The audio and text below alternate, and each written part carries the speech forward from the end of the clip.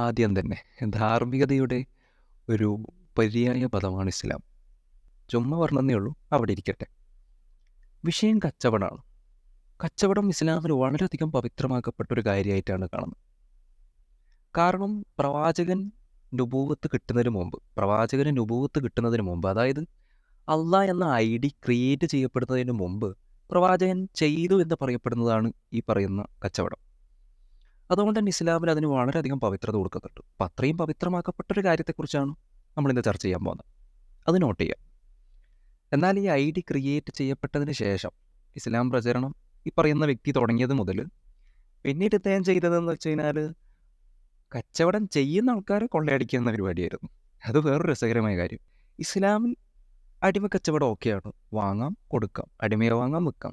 അപ്പോൾ ഈ അടിമയെ വിൽക്കുമ്പോഴോ വാങ്ങുമ്പോഴോ അതിൻ്റെ വില കുറയുന്ന കാര്യങ്ങൾ, അതാണ് നമ്മുടെ സുലൈമാൻ ഫൈസി ഉസ്താദ് ദർസുകളിലെ കുട്ടികൾക്ക് പറഞ്ഞു കൊടുക്കുന്നത്. അപ്പോൾ അതിൻ്റെ ഓഡിയോ ആണ്, നമുക്ക് കേട്ടോക്കാം. അതിൽ നിക്കാഹിൻ ഒരു അടിമ സ്ത്രീയെ വില പറഞ്ഞു കച്ചവടം ചെയ്തു, കവുകയും ചെയ്ത് വീട്ടിൽ ചെന്ന് നോക്കുമ്പോൾ ആ മനസ്സിലാണ് നേരത്തെ ഉണ്ടായിരുന്ന യജമാനൻ ഈ അടിമ സ്ത്രീയെ മറ്റൊരു പുരുഷനെ വിവാഹം ചെയ്തു കൊടുത്ത അടിമ സ്ത്രീയാണ്. വിവാഹം ചെയ്തു കൊടുത്താലും ബുക്കിയും വാങ്ങുകയൊക്കെ ചെയ്യാം. പക്ഷേ അടിമക്ക് വില കുറയും. കാരണം പലരും അടിമ സ്ത്രീകളെ വിലക്ക് വാങ്ങുന്നത് ഹലാലായ നിലക്ക് ലൈംഗിക ആവശ്യത്തിന് ഉപയോഗിക്കാൻ വേണ്ടിയിട്ടാണ്. ഇപ്പൊ മറ്റൊരു ഭർത്താവിനോട് വിവാഹം കഴിച്ച അടിമ സ്ത്രീയെ പിന്നെ ലൈംഗികമായിട്ട് ഉപയോഗിക്കാൻ പറ്റൂല. അപ്പൊ സ്വാഭാവികമായിട്ട് വില കുറയുമല്ലോ. അതെ അതെ, സ്വാഭാവികം. ഹലാലായ ലൈംഗിക ആവശ്യത്തിന് വേണ്ടിയാണല്ലോ പൊതുവെ അടിമകളെ വാങ്ങുന്നത്. അപ്പൊ പിന്നെ കുറയുമല്ലോ. ഇനി വബൗലിൻ ബിഫിറാശിൻ, വിരിപ്പിൽ മൂത്രമൊഴിക്കുക. കുട്ടികൾക്ക് സാധാരണ ഉറങ്ങാൻ കിടന്നാല് രാത്രി ഉറക്കത്തിൽ വിരിപ്പിൽ മൂത്രമൊഴിക്കുന്ന രോഗമുണ്ട്. ഒരു അടിമക്കുട്ടിനെയാണ് വാങ്ങിയ കുട്ടിക്കോ. ഈ അടിമക്കുട്ടി 7 വയസ്സ് കഴിഞ്ഞാണ്, എന്നിട്ട് 8, 9, 10 വയസ്സായ അടിമക്കുട്ടിയാണ്. ഇപ്പോഴും രാത്രി കിടന്ന വിരിപ്പിൽ മൂത്രമൊഴിക്കും.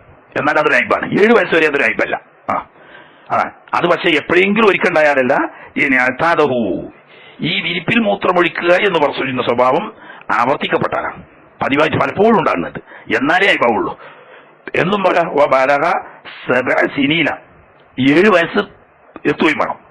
7 വയസ്സിൽ താഴെയുള്ള കുഞ്ഞുങ്ങൾ ചിലപ്പോൾ മൂത്രമൊഴിച്ചെന്ന് വരും. അതൊരു അയബായിട്ട് കൂട്ടല്ല. അതൊരു 7 വയസ്സൊക്കെ കഴിയുമ്പോൾ അങ്ങനെ നിന്നും ചെയ്തോളും. ഇത് 7 വയസ്സ് കഴിഞ്ഞിട്ടും ഇടയ്ക്കിടയ്ക്ക് മൂത്രമൊഴിക്കാം. എപ്പോഴെങ്കിലും ഒരു യാദർച്ഛികമായിട്ടൊക്കെ സംഭവിച്ചു പോകും കുട്ടികളിൽ. എന്നാൽ 7 വയസ്സ് കഴിഞ്ഞിട്ടും ആവർത്തിച്ച് ഈ വിരിപ്പിൽ മൂത്രമൊഴിക്കുന്ന രോഗമുണ്ടെങ്കിൽ അത് അയബ് തന്നെയാണ്. 7 വയസ്സുള്ള ഒരു അടിമക്കുട്ടിയുടെ മൂല്യം കുറയുന്ന, വില കുറയുന്ന കാര്യമാണ് കേട്ടോ പറയണേ. പിന്നെ കുട്ടിയെന്ന് പറയുമ്പോൾ തെറ്റിദ്ധരിക്കരുത്. കുട്ടിയെന്ന് പറഞ്ഞാൽ വലിയ കുട്ടിയാണെന്നാണ് ചില വ്യാഖ്യാനകർത്താക്കൾ പറയുന്നത്. ഇനി മാത്രല്ല കൗനുഹു അസമ്മ, കൗനുഹു നമ്മാമം പറഞ്ഞ അസമ്മ, ചെവിട് കേൾവി കേൾക്കാത്തതാണ്. അടിമയെ വാങ്ങി വിലക്ക് വാങ്ങി വീട്ടിൽ കൊണ്ടുവന്ന് നോക്കുമ്പോൾ ഇയാൾക്ക് ചെവിട് കേൾക്കൂല. ഒരു ചെവിട് കേൾക്കാനും വേണ്ടില്ല, 2 ചെവിട് കേൾക്കാനും വേണ്ടില്ല. ചെവിട് കേൾക്കാതിരിക്കുക എന്ന് പറയുന്നത് അയ്പാണ്. ഔ അബുലഹ, അല്ലെങ്കിൽ മന്ദബുദ്ധിയല്ല, ഒന്നും പറഞ്ഞാലൊന്നും തിരിയില്ല, അങ്ങനെയുള്ള ഒരു മന്ദബുദ്ധി. ഇങ്ങനെ ഇനി മറ്റൊന്ന് ഔ മുസ്തഖറുബത്തൈൻ, നടക്കുമ്പം കാൽമുട്ടുകൾ പരസ്പരം കൂട്ടിമുട്ടും. സാധാരണ നമ്മൾ നടക്കുമ്പോൾ കാലിങ്ങനെ മുന്നോട്ട് വെച്ച് പോകുമ്പോൾ ഒരു കാൽമുട്ട് മറ്റേ കാൽമുട്ടിൽ തട്ടൂലല്ലോ. അതേ സമയത്ത് ചില ആളുകൾക്ക് നടക്കുമ്പം ഈ കാൽമുട്ട് മറ്റേ കാൽമുട്ടുമ്പോൾ മുട്ടുന്ന രോഗമുണ്ട്. അത് അനാരോഗ്യത്തിന്റെ ലക്ഷണം. അങ്ങനെ രോഗമുള്ള ആളുണ്ടെങ്കിൽ അതും തന്നെ അയ്ബാണ്. ഇനി അടിമ സ്ത്രീയിലുണ്ടാവുന്ന മറ്റൊരു അയ്ബ് ഔ റത്ത്ക, ഈ അടിമ സ്ത്രീ ഭഗദ്വാരം മാംസം തിങ്ങിയവളാണ്. എന്നാൽ അടിമ സ്ത്രീകളെ വെറും ഹിദ്മത്തിന് മാത്രമല്ല പലരും വാങ്ങുന്നത്, അവരെ ലൈംഗിക ആവശ്യത്തിന് ഉപയോഗിക്കാനാണ്. അങ്ങനെ റത്ത്ക ആവുമ്പം ഈ ലൈംഗിക അവയവം, പുരുഷന്റെ ലൈംഗിക അവയവം പ്രവേശിക്കുന്ന ഭഗദ്വാരം, സ്ത്രീയുടെ ഭഗദ്വാരം മാംസം വന്ന് തിങ്ങിയിട്ടുണ്ടാവും. അപ്പം ലൈംഗിക അവയവം പ്രവേശിക്കൂല. അപ്പോ ഒരു അടിമ സ്ത്രീയെ വാങ്ങിയത് കൊണ്ട് ഉദ്ദേശിച്ച ലൈംഗിക ആവശ്യത്തിന് പറ്റാതെ വരും. അപ്പൊ അതൊരു അയ്ബാണ്.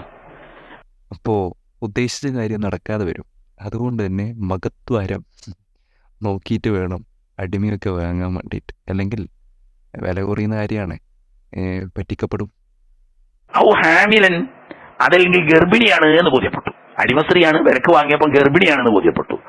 അടിമസ്ത്രീയിൽ ഗർഭിണിയാണെന്ന് ബോധ്യപ്പെട്ടാൽ ഇവൾ പ്രസവിച്ചാൽ ഒരു കുട്ടിയും കൂടി ആവും, മെച്ചല്ലേ? അത് പറഞ്ഞു തരില്ല. 2 കാരണങ്ങളുണ്ട്. ഒന്ന്, ഈ പ്രസവം എന്നത് എന്നും ഒരു അപകടകരമാണ് സംഗതി. മനുഷ്യന്മാരൊക്കെ പ്രസവിച്ചുണ്ടായത് തന്നെയാണെങ്കിൽ പോലും അതൊരു അപകട സാധ്യത നിറഞ്ഞേക്കുന്ന, എന്തും സംഭവിക്കാം, പ്രസവം മുഖേന പലപ്പോഴും മരണം വരെ സംഭവിക്കാം എന്നത് കൊണ്ടിട്ട് അതൊരു അയ്ബാണ്. മറ്റൊന്ന്, മറ്റൊരാളുടെ ഗർഭം ധരിക്കുന്ന ഒരു സ്ത്രീയെ പ്രസവം കഴിയുന്നത് വരെ, എന്നിട്ട് ശുദ്ധി വരുന്നത് വരെയും ലൈംഗിക ആവശ്യത്തിന് ഉപയോഗിക്കാൻ പറ്റാതെ വരുമല്ലോ. ഇങ്ങനെയൊക്കെ ഉള്ളത് കൊണ്ടിട്ട് ഈ അടിമ സ്ത്രീയിൽ ഗർഭിണിയാവുക എന്നത് അയ്ബാണ്. വേണമെങ്കിൽ അവന് തിരിച്ചു കൊടുക്കാം. ലാബഹീമത്തിൻ, എന്നാൽ ഒരു മൃഗത്തെ വാങ്ങുന്നു, ഒരു പശുവിനെ, ഒരു ആടിനെ, ഒരു എരുമയെ ഒക്കെ വാങ്ങി, അത് ഗർഭമുള്ളതാണെന്ന് പറഞ്ഞാൽ ഒരിക്കലും അയ്ബല്ല, അതായത് മേലെ കൂടുകയുള്ളൂ. കാരണം പൊതുവിൽ ഈ മൃഗങ്ങളുടെ പ്രസവത്തിൽ അപകടം സംഭവിക്കൽ വളരെ അപൂർവ, മനുഷ്യനെ പോലെയല്ല. അതല്ലെങ്കിൽ അക്ബർ മിനൽ ആഹരി, രണ്ട് സ്ഥലങ്ങളിൽ ഒരു സ്ഥലം മറ്റേ സ്ഥലത്തേക്കാൾ വലുതാണ്, അതൊരു അയ്ബാണ്. സ്ഥലം നന്ന ചെറുതാവരും അയ്ബാണ്, അതുപോലെ തന്നെ ഒന്ന് ചെറുതും ഒന്ന് വലുതും അവരും അയ്ബാണ്. ഇവിടെ അതാണ്, ഒന്ന് വലുതും മറ്റൊന്ന് ചെറുതുമായി. അതൊരു സ്ത്രീയുടെ സൗന്ദര്യത്തിനെ കാര്യമായി ബാധിക്കുന്ന ഒരു അയ്ബാണ്. അതുകൊണ്ട് ഇങ്ങനെയും അയ്ബ് തന്നെ ഈ അയ്ബ് ഉണ്ടെന്ന് ബോധ്യപ്പെട്ടാൽ ഖിയാറുണ്ട്, വേണമെങ്കിൽ നിലനിർത്താൻ, അല്ലെങ്കിൽ വേണ്ടെന്ന് വെക്കാം. ഒന്ന് ആലോചിച്ച് നോക്കണേ, ഒരു പ്രൊഡക്റ്റായി കണ്ടുകൊണ്ട്, ഒരു മനുഷ്യനെ ഒരു പ്രൊഡക്റ്റായി കണ്ടുകൊണ്ട് ആ പ്രൊഡക്റ്റ് മറ്റൊരു മനുഷ്യന് എത്രത്തോളം ലൈംഗികപരമായി ഉപയോഗിക്കാൻ പറ്റും, ആസ്വദിക്കാൻ പറ്റില്ല എന്നുള്ള മാനദണ്ഡങ്ങൾ വെച്ചുകൊണ്ട് അതിൻ്റെ മൂല്യം നിർണ്ണയിക്കുന്ന ഒരു സിസ്റ്റം, അത് ഒരു കിതാബിൽ ഒരു ഉസ്താദ് ദർസിലെ കുട്ടികൾക്ക് ഇന്നും പഠിപ്പിച്ചുകൊണ്ടിരിക്കുകയാണ്. ഇതൊക്കെ അടിമ സ്ത്രീകള്, അതിപ്പോ ഇന്ന് പറഞ്ഞിട്ട് കാര്യമില്ല. കിതാബ് ഓതുമ്പോൾ നമ്മൾ പറയണല്ലോ ഇപ്പൊ അടിമ കച്ചവടവും കാര്യങ്ങളൊന്നും ഇല്ല എന്ന് പറഞ്ഞിട്ട് കാര്യമില്ല. കാര്യങ്ങൾ ഓതുമ്പോൾ ഓതുമ്പോൾ മനസ്സിലാണല്ലോ എന്നുള്ളത് പറഞ്ഞ. അതെ, ഇപ്പം അടിമ കച്ചവടം ഇല്ലെങ്കിലും കിതാബിലുള്ള കാര്യം പഠിപ്പിക്കണമല്ലോ, അങ്ങനെയാണല്ലോ. മാത്രമല്ല, ഇനി അഥവാ ഇനിയൊരു നാളെ ഇസ്ലാമിക രാജ്യമായി അല്ലെങ്കിൽ ലോകം തന്നെ അങ്ങനെ മാറുവാണെങ്കിൽ അടിമ കച്ചവടം വരുമല്ലോ, അപ്പം അടിമകളെ പിടിച്ച് കിട്ടുമല്ലോ. അപ്പം ഉസ്താദുമാർക്ക് ബിസിനസ് ചെയ്യാൻ, അത് പറഞ്ഞു കൊടുക്കാനും, ആ ബിസിനസ്സിൽ ആരൊക്കെ ആയിരിക്കും മുൻപന്തിയിലും, അത് ആധിപത്യം സ്ഥാപിക്കാൻ പോകുന്നതെന്നൊക്കെ ആരാണെന്നൊക്കെ വ്യക്തമാണ്. കാരണം അത്രയും ഡീറ്റെയിൽ ആയിട്ട് ഒരു കിതാബിൻ്റെ കാര്യമാണ് ഇപ്പോൾ നമ്മൾ നോക്കുന്നത്. ഒരു കിതാബിൽ പഠിപ്പിച്ചു കൊടുക്കുന്ന കാര്യമാണ്. ഇതൊരു കിതാബിൽ ഒരു കച്ചവടം എന്ന് പറയുന്ന വിഷയത്തിൽ ഒരു കഷ്ണം ഭാഗത്തിൽ പഠിപ്പിച്ചു കൊടുക്കുന്ന കാര്യമാണിത്. ഇതേപോലെ തന്നെ ഒരു അടിമയെ പണയം വെക്കുമ്പോഴും ഈ പറഞ്ഞ മൂല്യം കുറയുന്ന കാര്യങ്ങൾ ബാധകമാണ്. ഇതേ കാര്യം ഈ ഫത്വൽ മൊയ്ൻ എന്ന് പറയുന്ന കിതാബിൽ പറയുന്നുണ്ട്.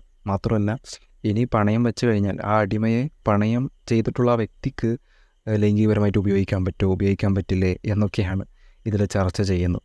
എന്ത് പറഞ്ഞിട്ടും അവസാനം ഉസ്താദ് പറയുന്നൊരു ഡയലോഗുണ്ട്, അടിമകളെ മോചിപ്പിക്കാൻ ഇസ്ലാം പ്രോത്സാഹിപ്പിച്ചിട്ടുണ്ട്.